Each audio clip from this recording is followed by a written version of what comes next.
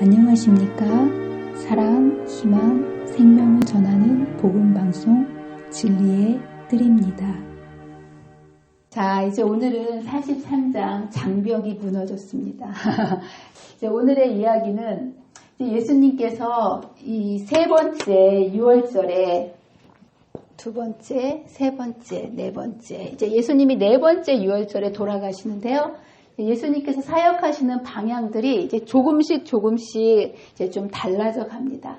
첫 번째 유월절 근간에는 예수님께서 유대 지역을 중심으로 해서 유대의 중심부인 예루살렘에서 사역을 시작하셨습니다. 그리고 대상도 이 당시에 주축 세력이었던 유대의 지도자들을 중심으로 시작을 하셨지요. 그러나 이들이 예수님을 거절했습니다. 그래서 주님께서 두 번째 유월절에는 어디로 가셨냐면 갈릴리 지방으로 이제 장소를 옮기셔서 이곳에서 민중을 대상으로 이제 백성들을 가르쳤습니다. 그래서 예수님의 점점 사람들에게 알려주시면서 예수님의 인기가 최고 정점을 찍었던 사건이 뭐라고요?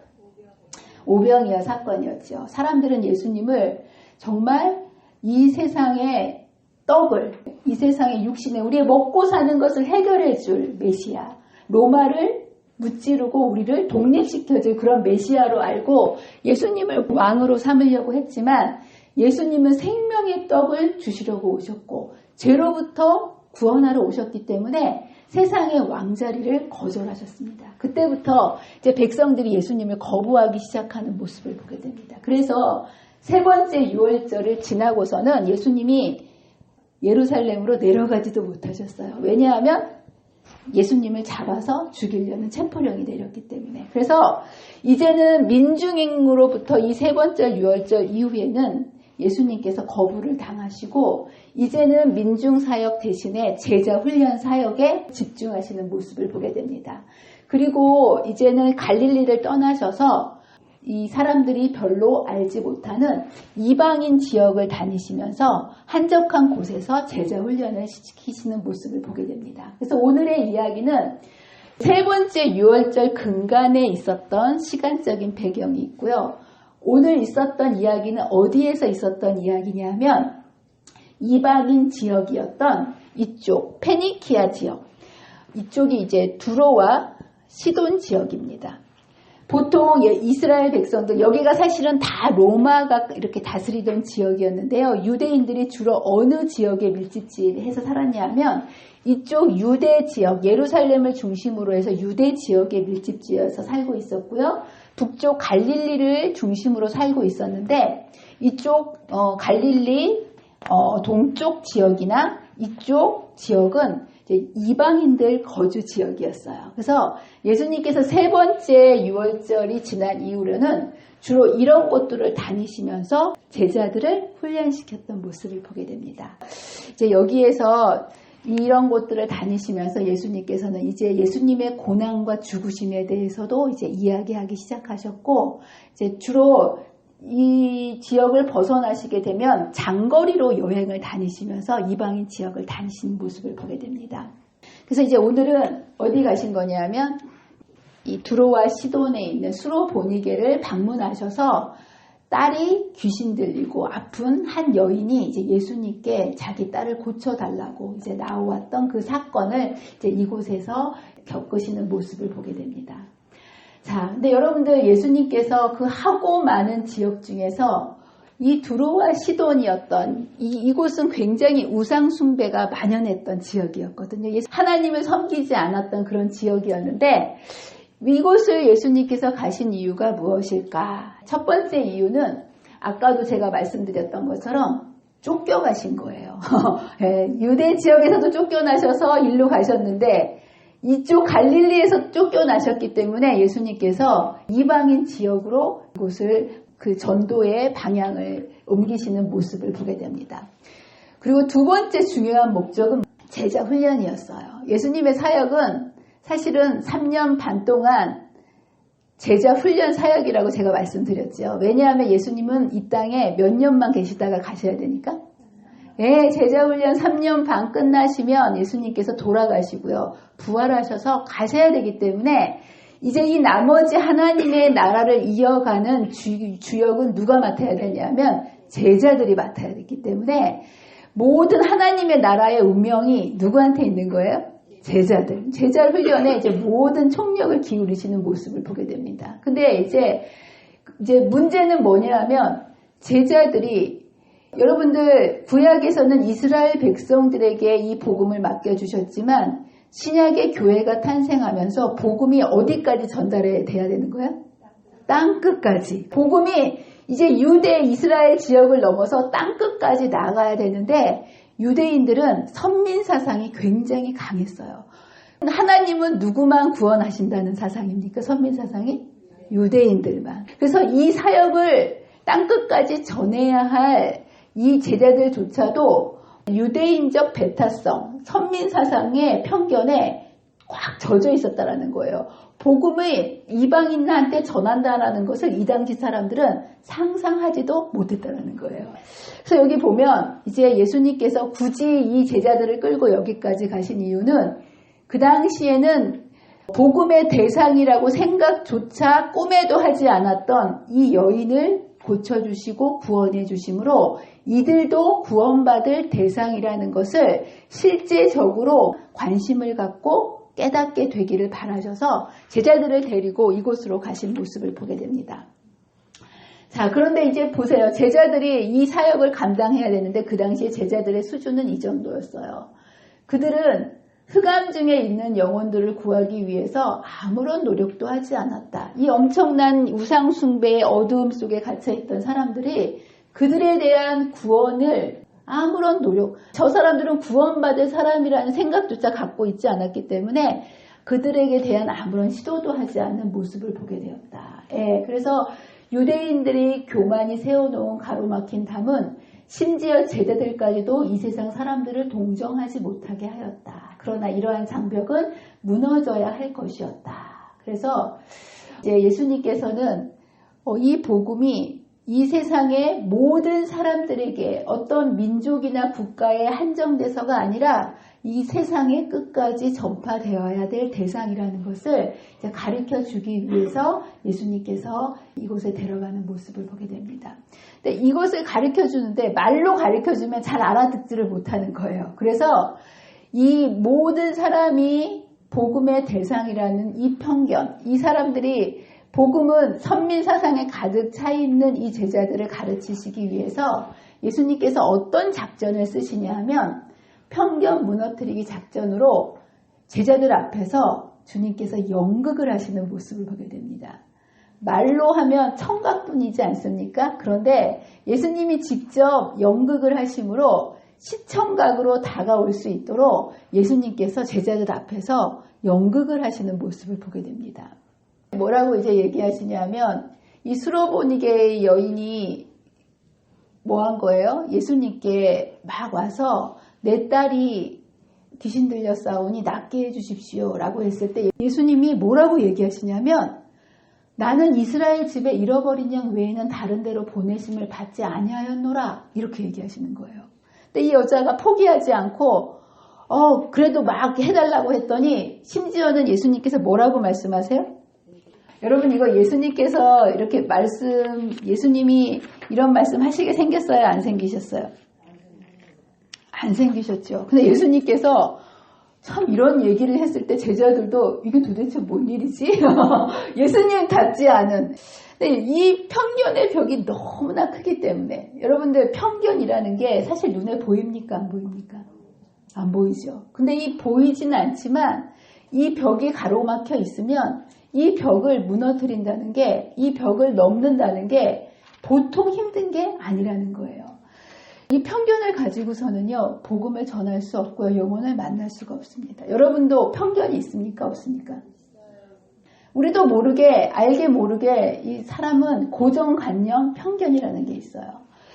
여러분들, 일본이 좋으세요? 북한이 좋으세요? 둘 다 싫으세요? 그럼 어디가 조금 좋으세요? 여러분 북한하고 일본하고 경기를 하면 어디를 응원하세요? 왜 그러세요? 여러분 근데 여러분들이 잘 생각하셔야 돼요. 일본이 여러분에게 직접적으로 폐해 끼치는 거 있습니까? 사실은 없어요. 제가 일본 사람을 전에 필리핀에서 공부할 때 우리 아이 친구가 일본 아이인데 그 이제 부모랑 좀 친하게 지냈었는데요. 저는 일본 사람을 가까이에서 겪어본 적은 처음이자 마지막이지만 그분의 한 분을 보면서 일본 사람들은 정말 상냥하구나. 예의가 굉장히 바르구나. 그리고 굉장히 정직하구나. 그리고 굉장히 깨끗하구나. 굉장히 좋은 인상을 받았어요. 그런데도 응원할 때 보면 경기를 할 때 일본하고 싸우면 반드시 어떻게 돼요? 이겨야 돼요. 북한하고 싸우면 저도 가서 저 사람들 총살 받는 일보다 그냥 가는 게 낫지. 그렇게 동족애가 느껴지고 좀 섭섭하지만 그렇게 저긴 하지 않아요. 근데 여러분들 사실 일본이 더 우리에게 위협적일까요? 북한이 더 위협적일까요? 북한이 사실은 더 위협적이에요. 막 핵을 갖고 있고 김정은이 우리 국제적인 망신을 시키는 것도 그렇지 않습니까?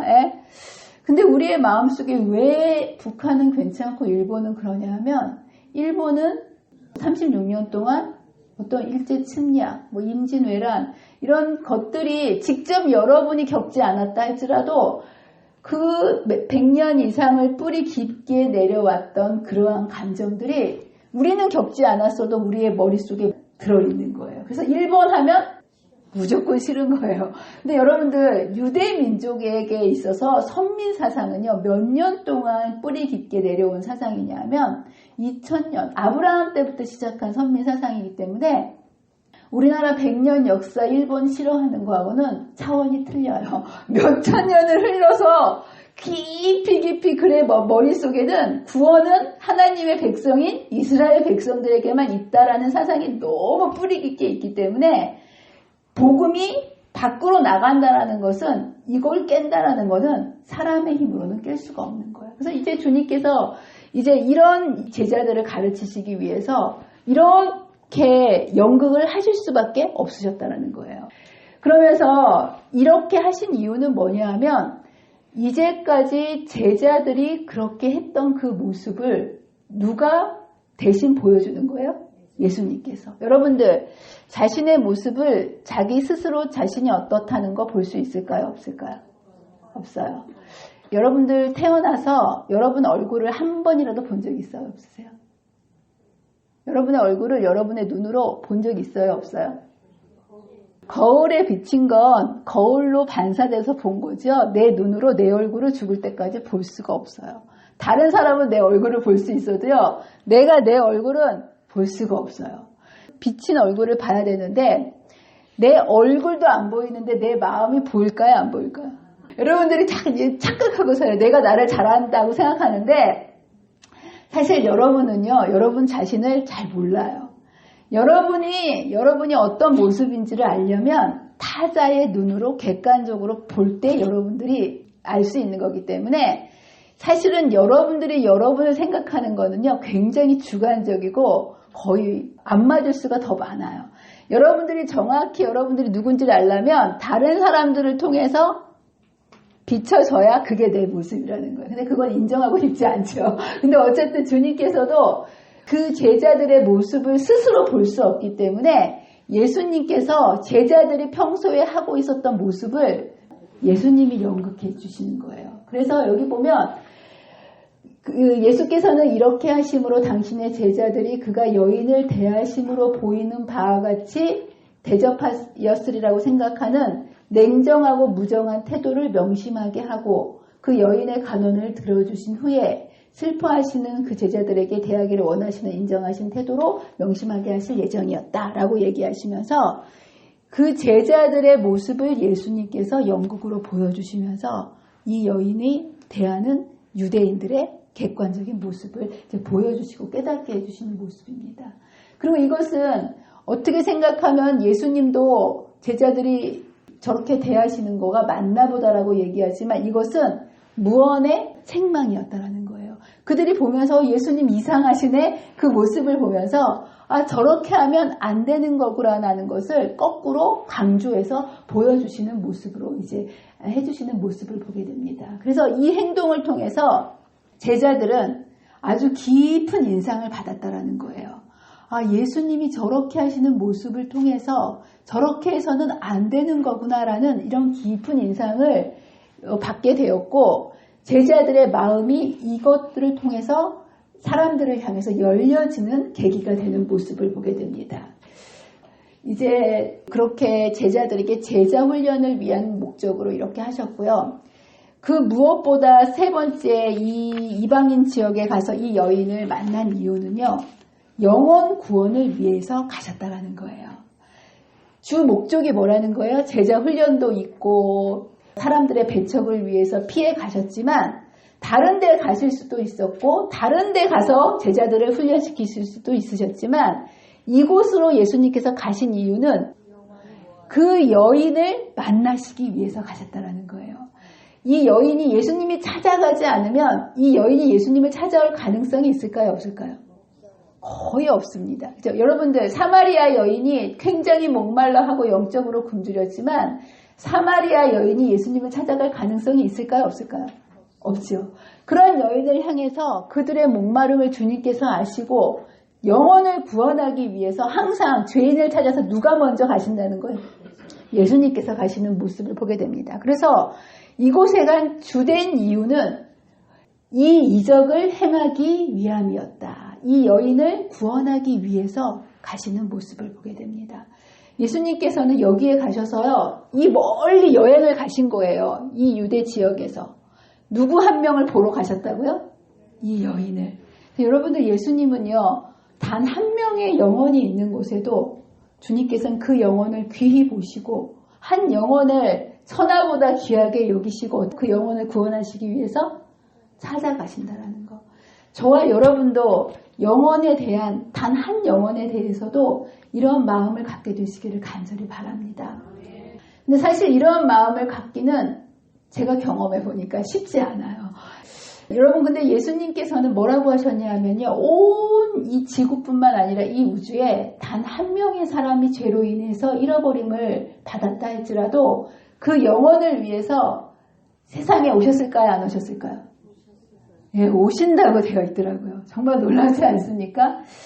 근데 제가 한 영혼이 얼마나 귀한지, 제가 전에 이제 이렇게 성경 공부를 주로 소그룹으로 가르치는데요. 보통 한 5명에서 10명 정도 소그룹을 놓고 가르칩니다.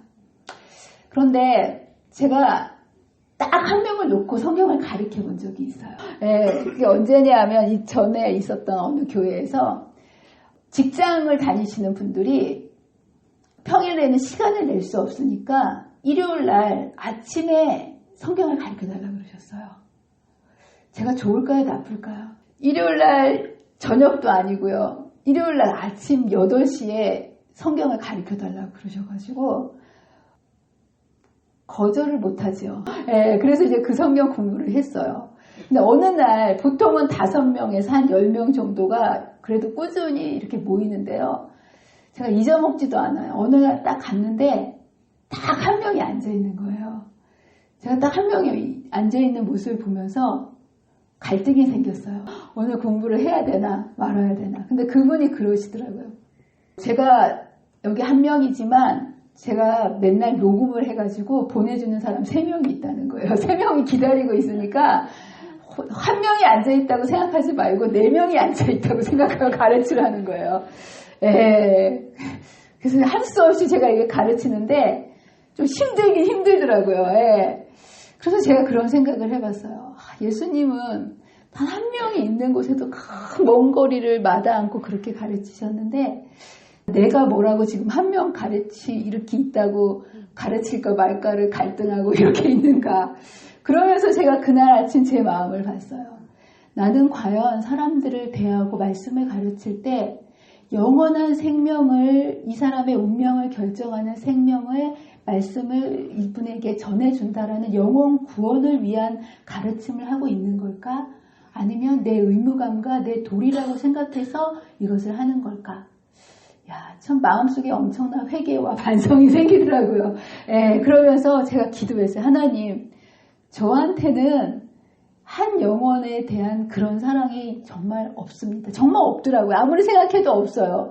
예, 아침이면 거기 이렇게 가는 게 마음속에 늘 부담이었거든요. 그러면서 사실은 이 말씀을 가르치는 것이 이 사람의 영원한 운명을 하나님께 이 영혼을 이렇게 드리는 영혼 구원 사업임에도 불구하고 내가 그것에 대한 것들을 제대로 깨닫지도 하나님의 말씀을 가르치는 일조차도 내 마음속에 영혼을 향한 사랑이 없으면 이것이 그저 세상 일을 하는 것과 똑같은 일로 전락해 버릴 수도 있구나 이런 생각을 했습니다. 그래서 여러분들이 무슨 식사 당번을 하든지 소그룹을 하든지 아니면 방문을 하든지 여러분의 마음속에 주님께서 그 한 사람의 영혼을 구원하시기 위해서 간절한 마음으로 방문하셨던 그 영혼을 구원한다. 새로운 이 생명을 주는 사역을 한다라는 그러한 신념을 가지고 주님께 그 마음을 달라고 기도하시면서 모든 일을 하게 되시는 저와 여러분이 되시기를 간절히 바랍니다. 예, 이기적인 인간은요 절대로 다른 사람에게 그렇게 할 수 없어요. 그러나 주님이 그렇게 하셨던 것처럼 우리가 기도할 때 그러한 영혼을 구원하는 이 세상에서 가장 의미 있고 중요한 사역을 정말 간절한 마음으로 할 수 있는 그 마음을 주님께서 주시리라고 저는 확신합니다. 마지막으로 주님께서 이 일을 하신 것은요. 그때 당시에만 유대인들에게만 선민 사상이 있었던 것이 아니라는 거예요. 유대인들에게만 편견이 있었던 게 아니라는 거예요. 지금도 이러한 편견이 우리에게 있을까요? 없을까요? 네, 여기에 보면 구주의 베니게 방문과 거기에서 행하신 이적은 보다 광범위한 목적이 있었다. 괴로워하는 여인을 위함도 아니요. 제자들과 또는 그들의 사업을 받아들인 자들만 위한 것도 아니었다. 그 당시 사람들만 이런 편견의 벽에 이렇게 막아놔서 복음이 전하지 못하도록 막고 있었던 것이 아니라 여기 보면 같은 세력이 오늘날에도 역사하고 있다. 우리 교회 안에서도요. 교우들 안에도 수많은 편견의 벽들이 이러한 사랑들이 나눠지고 복음이 전파되는 것을 막고 있다는 거예요. 우리들끼리에도 수많은 편견의 벽들이 있고요. 또 교회 밖에 있는 사람들과 우리 사이에도 많은 편견의 벽들이 있습니다. 여러분 이 벽이 무너지지 않으면 주님께서 영혼을 보내주셔도 우리의 마음속에 있는 보이지 않는 그 벽이 그 영혼을 가로막을 수 있다는 거예요. 그래서 여러분들의 마음속에 있는 이 벽, 유대인과 이방인을 가로막은 담을 쌓은 정신이 아직도 활동하고 있다. 이거는 정신이에요. 보이지 않아요. 그런데 이러한 눈에 보이는 벽보다 더 엄청난 두께로 세상과 우리를 가로막고 있고 교인들 사이를 가로막고 있다는 거예요. 교만과 편견이 서로 같지 않은 계층의 사람들 사이에 강력한 분리의 벽을 구축해 놓았다. 그리스도와 그의 사명은 그런 나타내어지고 많은 사람들은 저희가 사실상 복음의 봉사 대상에서 제외되었다고 생각한다. 그러나 그들로 하여금 그리스도에게서 차단당했다고 생각하지 말도록 하라. 그러면서 너무나 중요한 말씀을 하십니다. 사람이나 사단이 구축한 장벽들 중에 믿음이 뚫고 들어갈 수 있는 장벽은 있다고요? 없다고요? 얼마큼 없다고요? 하나도 없다라는 거예요. 여러분들 우리의 삶 속에 이게 막아서는 알게 모르게 우리는 많은 이 편견 그리고 분리의 벽들을 막아놓고 살아갑니다. 여러분이 인지를 못해요. 예. 근데 여러분들이 이 교회 안으로 이 엄청난 복음이 있음에도 불구하고 들어오지 못하는 영혼들이 들어오지 못하는 이유는 알게 모르게 현관문을 열어놨는지는 모르지만 우리들의 마음속에 있는 보이지 않는 이 편견과 이기심과 교만의 벽 때문에 영혼들을 보내주셔도 그것들이 가로막고 있다는 사실이에요. 너무 슬프지 않습니까? 그렇죠? 우리의 입술로는 영혼 구원을 부르짖고 성교를 부르짖지만 우리의 마음에 이러한 벽들이 깨어지지 않는 한은 영혼들을 나도 모르는 사이에 이것이 가로막혀 있을 수밖에 없다는 거. 여러분들 이 마음의 벽은요. 우리가 인식할 수는 없어요. 제가 어디서 들은 얘기인지 본 이야기인지는 잘 모르겠는데 제가 이런 이야기를 들었어요.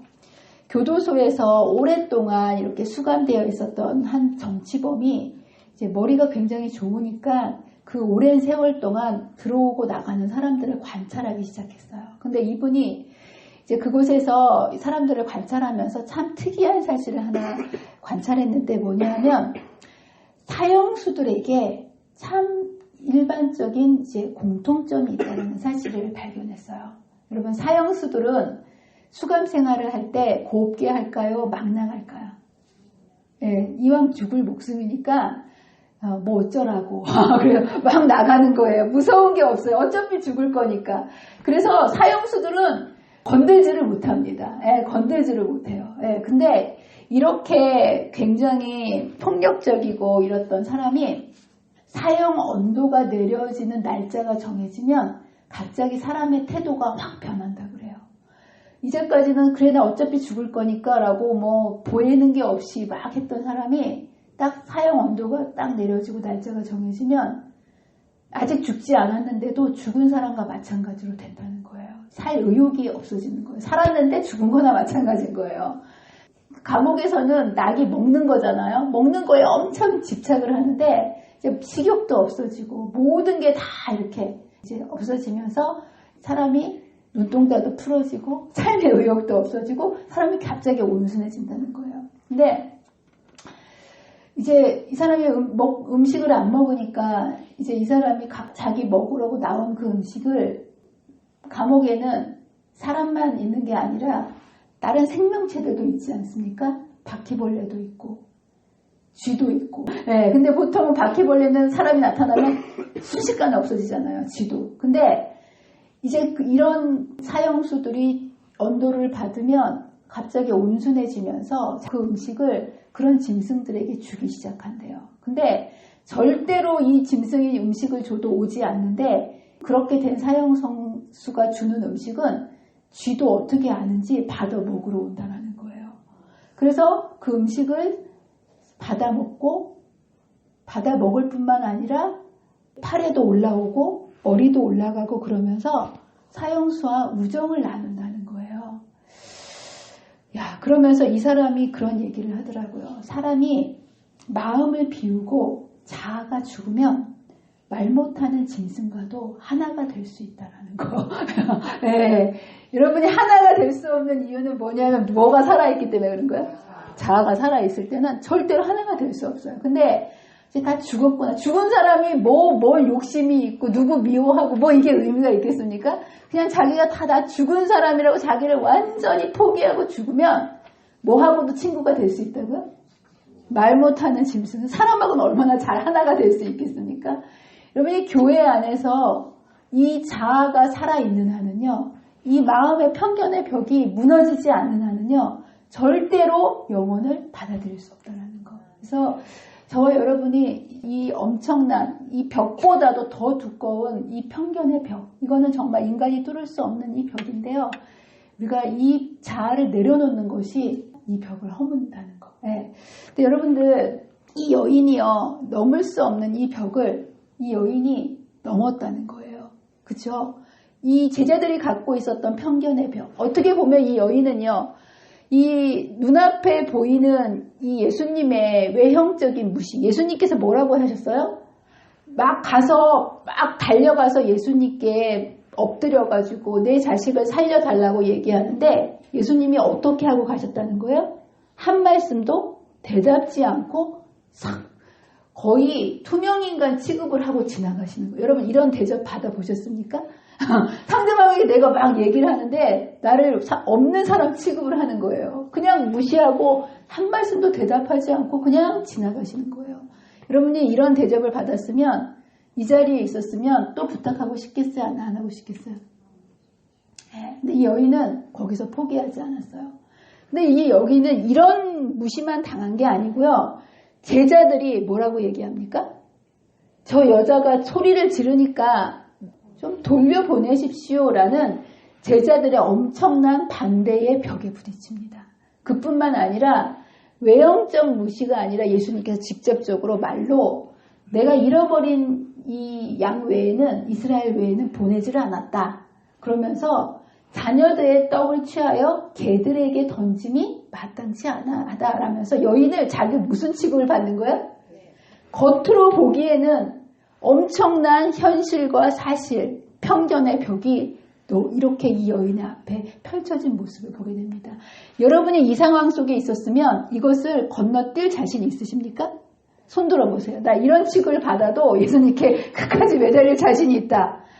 근데 여러분이 가나안 여인은요, 넘을 수 없는 이 엄청난 편견의 벽을 뛰어넘었다라는 거예요. 그리고 이 벽을 어떻게 넘었냐고 얘기하냐면 사실은 그랬지만 이 여인은 그 너머에 있는 진실을 보았다라는 거예요. 믿음으로 유대인과 이방에 쌓여진 장벽을 향하여, 여기 보면 어떤 표현이 있냐면 돌진하였다라는 거예요. 개의치 않았다는 거예요. 그런 대접을 받았지만 망설이지 않고 그러든 말든 예수님께 믿음으로 뭐 했다는 거예요? 나갔다는 거예요. 그는 상관하지 않고 낙심을 떨쳐버리고 구주의 사랑을 신뢰하였다.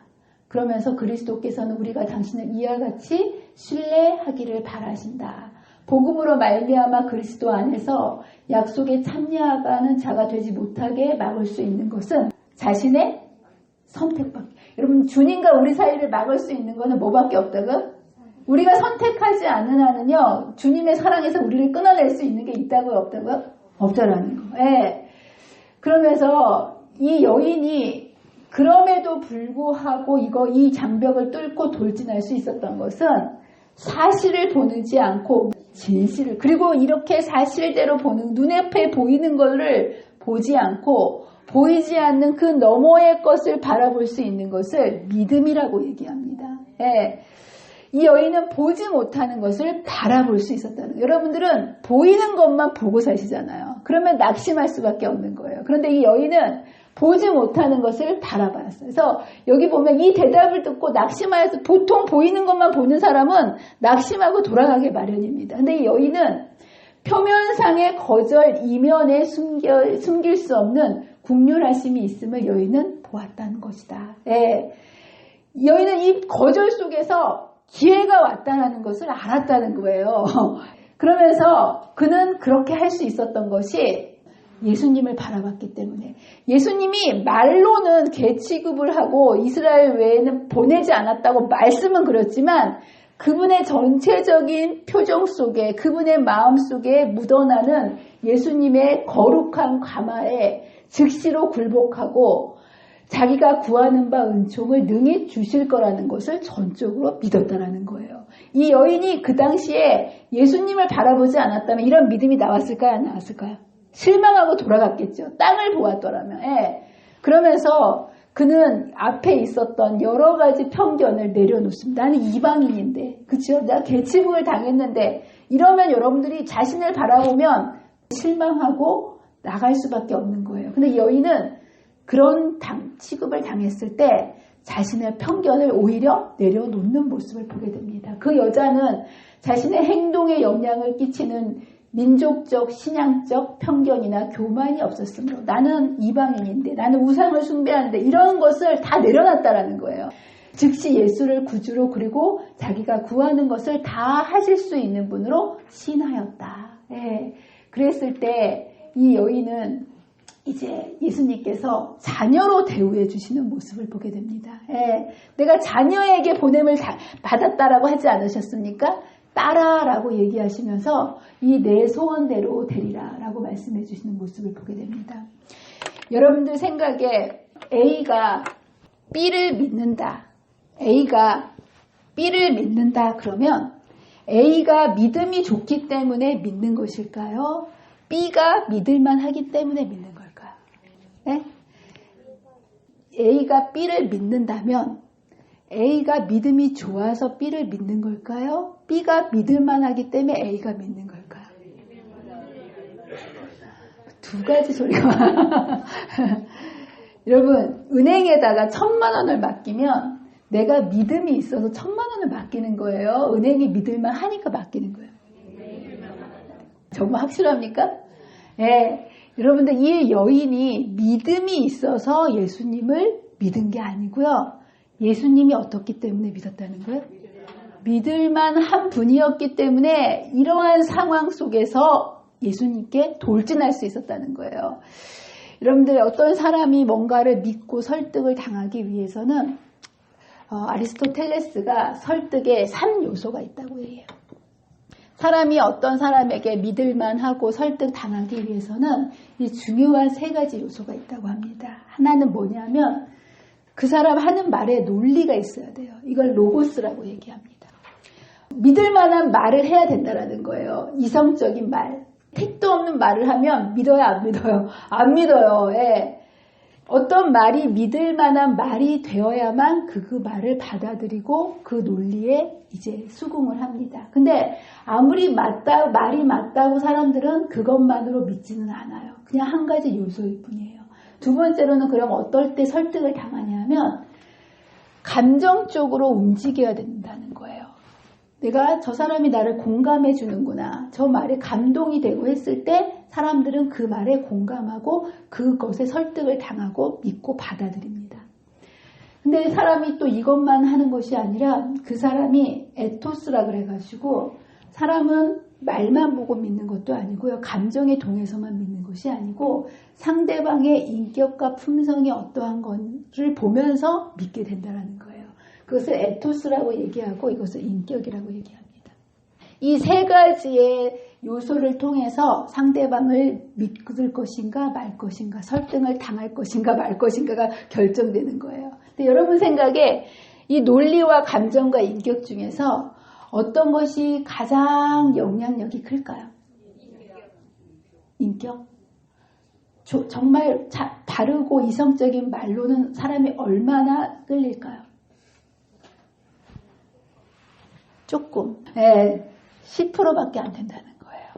그 말이 아무리 논리적이고 맞는 말이고 아주 청산유수로 말을 해도 사람은 그 말에 10% 정도밖에 호감을 보이지 않는다는 거예요. 그러면 마음을 감동시킬 때는 얼마나 할까요? 20%? 10%니까 20%? 30%라는 30%.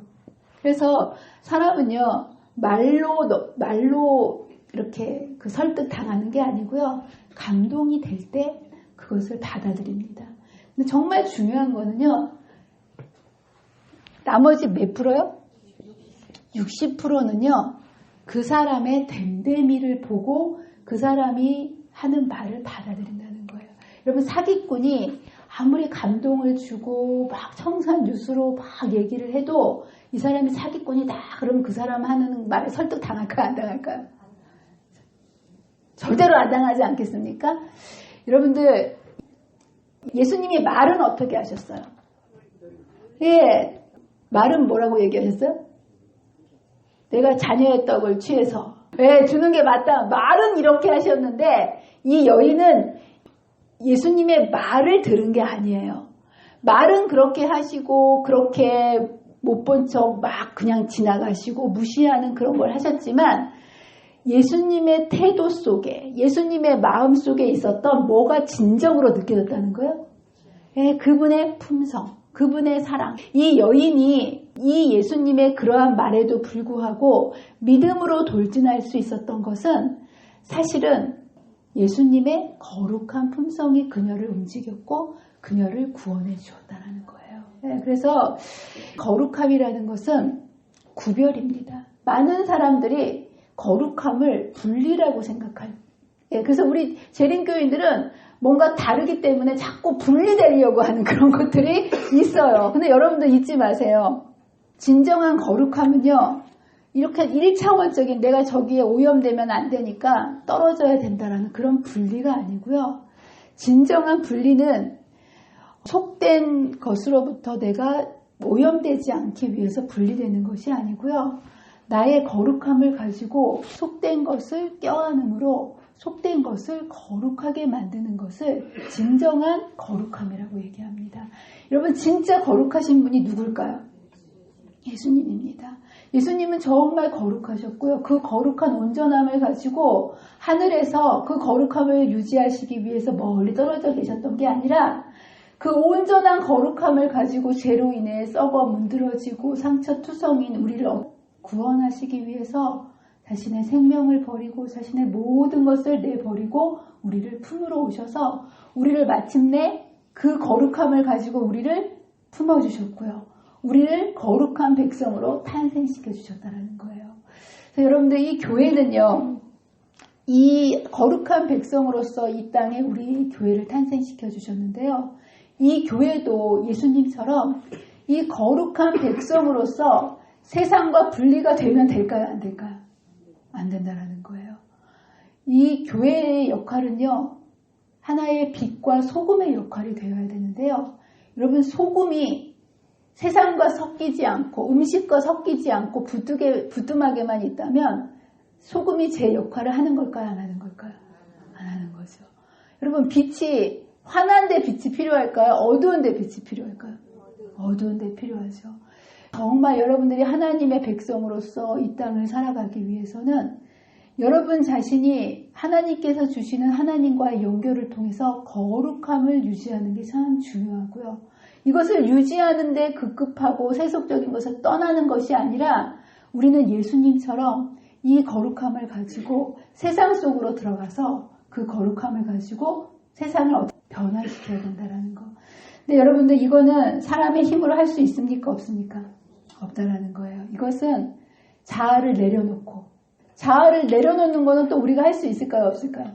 없어요. 여러분, 그럼 어떻게 우리가 자아를 내려놓고 어떻게 우리가 우리 안에 있는 이 눈에 보이지도 않는 이 편견과 분리의 벽을 어떻게 무너뜨릴 수 있을까요? 예.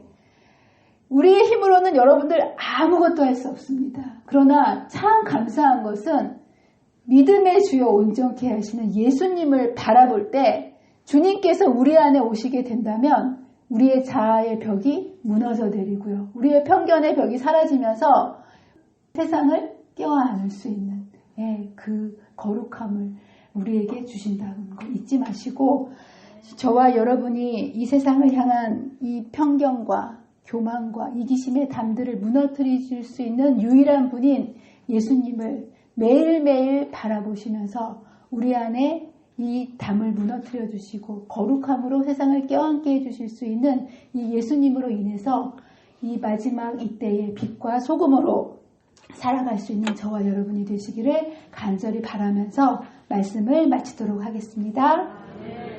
기도하겠습니다. 감사하신 하나님 아버지, 오늘 우리도 알지 못하는 사이에 우리 안에 깊은 편견과 이기심과 교만의 벽을 높이 쌓은 채 살아갈 수밖에 없는 우리의 인생 속에 어떻게 이 벽을 무너뜨려야 되는지, 그리고 어떻게 무너뜨리실 수 있는 분이 누구신지를 이 말씀을 통해서 예수님의 모습을 통해서 바라볼 수 있도록 도와주시니 감사합니다. 주님, 우리가 이 벽을 정말 무너뜨리기를 원합니다. 주님, 매일 매순간 이 일을 이루어 주실 수 있는 유일한 분인 예수님을 날마다 바라보게 해주셔서 이 놀라운 편견의 벽, 우리의 힘으로는 결코 할 수 없는 이 놀라운 일을 주님께서 우리 안에 이루어 주시도록 매일매일 우리의 삶을 새롭게 변화시켜 주시고 이 거룩함을 통해서 세상을 또한 거룩하게 만들 수 있는 사람으로 우리를 이끌어 나가시는 주님께 우리의 삶을 온전히 맡길 수 있는 주의 귀한 백성들이 될 수 있도록 도와주시기를 사랑과 은혜가 많으신 예수님의 이름으로 간절히 기도합니다.